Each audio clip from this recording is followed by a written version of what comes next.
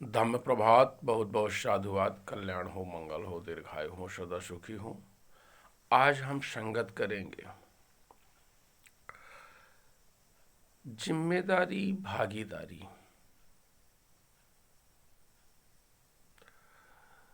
तो भारत में शासन कर रहे लोग क्या कार्यपालिका, न्यायपालिका, व्यवस्थापिका, मीडिया और अन्य उद्योग हैं, तो क्या उनमें शासन कर रहे लोगों का कब्जा है या सर्वहारा वर्ग की भागीदारी है, जिम्मेदारी है, प्रतिनिधित्व है? ये जानना आवश्यक है और इसके प्रति कौन तटस्थ है और कौन नहीं है, और क्यों है क्यों नहीं है, ये जानना बड़ा आवश्यक है। क्योंकि पहला काम तो ये है, जब आप अतीत काल में जाएंगे तो जो भी प्राइवेट बैंक थे, जो भी प्राइवेट कंपनियां थी, जो भी प्राइवेट उद्योग थे, उनका राष्ट्रीयकरण किया गया। तो अब जानना जरूरी है उस समय के मालिक कौन थे, और राष्ट्रीयकरण के बाद अब पुनः जो निजीकरण किया जा रहा है, तो इस समय के मालिक कौन है, इनको क्यों दिया जा रहा, उनसे क्यों लिया गया, ये जानना आवश्यक है। अब ये भी जानना आवश्यक है कि जिन किताबों के माध्यम से समाज का एक तबका सम्मानित होता है और एक तबका अपमानित होता है, शोषण होता है, तो वह भेदभाव क्या संवैधानिक है? और अगर संवैधानिक नहीं है तो उसके लिए क्या कोई कदम उठाए गए हैं कि ऐसी चीजें बंद होनी चाहिए जिससे लोगों का अपमान होता है, शोषण होता है, अन्याय होता है, अत्याचार होता है? ये बात भी आपको चिंतन करने की आवश्यकता है। आपको चिंतन करने की आवश्यकता ये है कि क्या सुप्रीम कोर्ट, जो संविधान का संरक्षक है, हाई कोर्ट और सुप्रीम कोर्ट, जिनको संविधान की सुरक्षा का दायित्व है, क्या वो दायित्व पालन करने में सफल हो पा रहे हैं? तो जब आप पूरा समीक्षा करेंगे तो अपने आप यह बात नजर आ जाएगी कि माननीय सुप्रीम कोर्ट ने अपने न्यायपालिका में भी भागीदारी और जिम्मेदारी के प्रति उनका जो रवैया था वह सराहनीय नहीं रहा, वह ईमानदारी पूर्ण नहीं रहा। मैं कहीं पर प्रश्न नहीं उठा रहा, किसी पर उंगली नहीं उठा रहा, किसी पर संदेह नहीं कर रहा, बल्कि आंकड़े बताते हैं कि क्या न्यायपालिका में सभी वर्गों का प्रतिनिधित्व है? लोअर कोर्ट से लेकर के और सुप्रीम कोर्ट तक क्या न्यायपालिका में सभी वर्गों का प्रतिनिधित्व है, भागीदारी है, जिम्मेदारी है? नहीं है। तो जिसकी जिम्मेदारी संविधान की सुरक्षा की है, जिसकी जिम्मेदारी भागीदारी और जिम्मेदारी और सम्मान की सुरक्षा की है, उसने ही नहीं निभाया तो और दूसरे पायदानों से क्या उम्मीद करेंगे?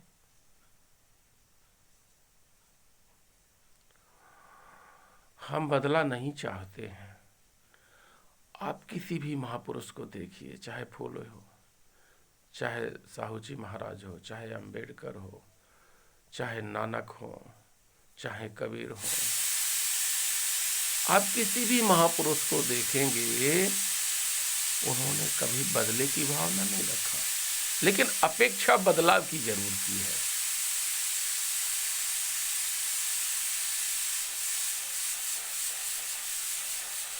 हम बदला नहीं चाहते हैं, हम बदलाव चाहते हैं, बदलाव चाहते हैं। आप देखें, पहले उसको बाबरी मस्जिद कह के, साकेत विहार को बाबरी, कौशल देश था, प्राचीन काल में कौशल देश था, वहां पर साकेत विहार था, पहले उसको बाबरी मस्जिद कह के ध्वस्त करते हैं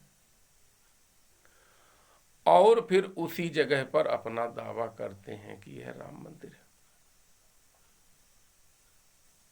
कितना बड़ा षड्यंत्र। एक बार वही सुप्रीम कोर्ट कहता है कि राम काल्पनिक है, तमाम धर्म ग्रंथ काल्पनिक हैं जिनका कोई तथ्य और साक्ष्य नहीं है, और दूसरी बार वही उनके जन्म की पुष्टि करता है। ऐसी स्थिति में क्या आम जनता सुप्रीम कोर्ट पर भरोसा करेगा या नहीं करेगा? ये सोचने की बात है। जिसको आप रूलिंग डेवलप करते हो और इसके बाद उसको ओवर रूल्ड कर देते हो, बोलते अब ऐसा नहीं ऐसा है। एक बार तथ्यों के अभाव में देखते हो, दूसरी बार उसी में तथ्य पा जाते हो।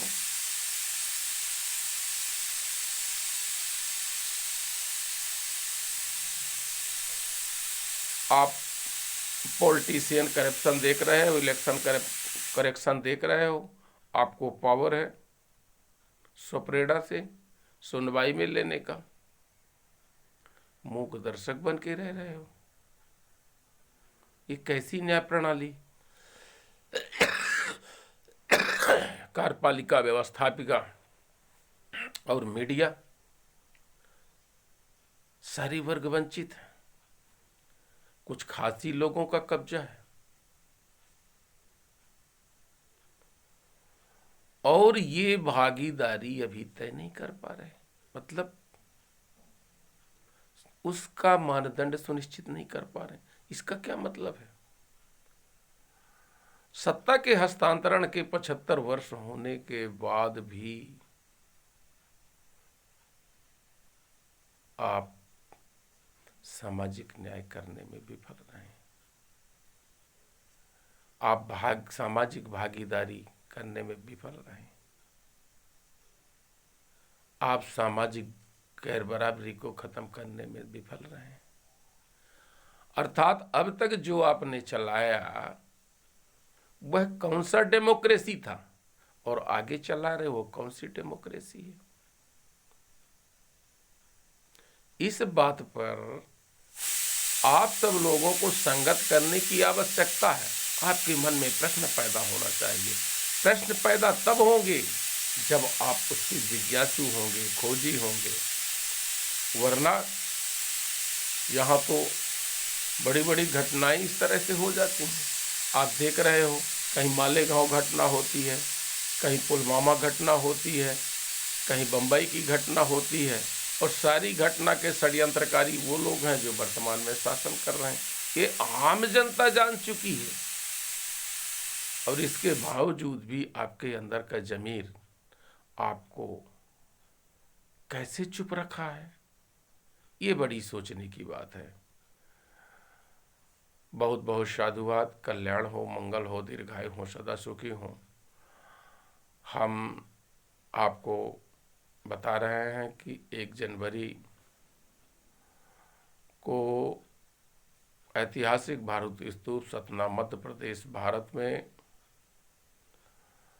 द बुद्धाज वर्ल्ड संघ, उसके उपासक उपासिकागण, सम्मानित नागरिकगण, कर्मचारी, व्यापारी, पत्रकार बंधु सभी मिलकर के उस स्तूपा में शिक्षा दिवस मनाते हैं, एवं वहाँ पर बड़े ही सामाजिक और सांस्कृतिक कार्यक्रम होते हैं, जिसमें विगत वर्षों से वैवाहिक परंपरा भी निर्वहन होती है।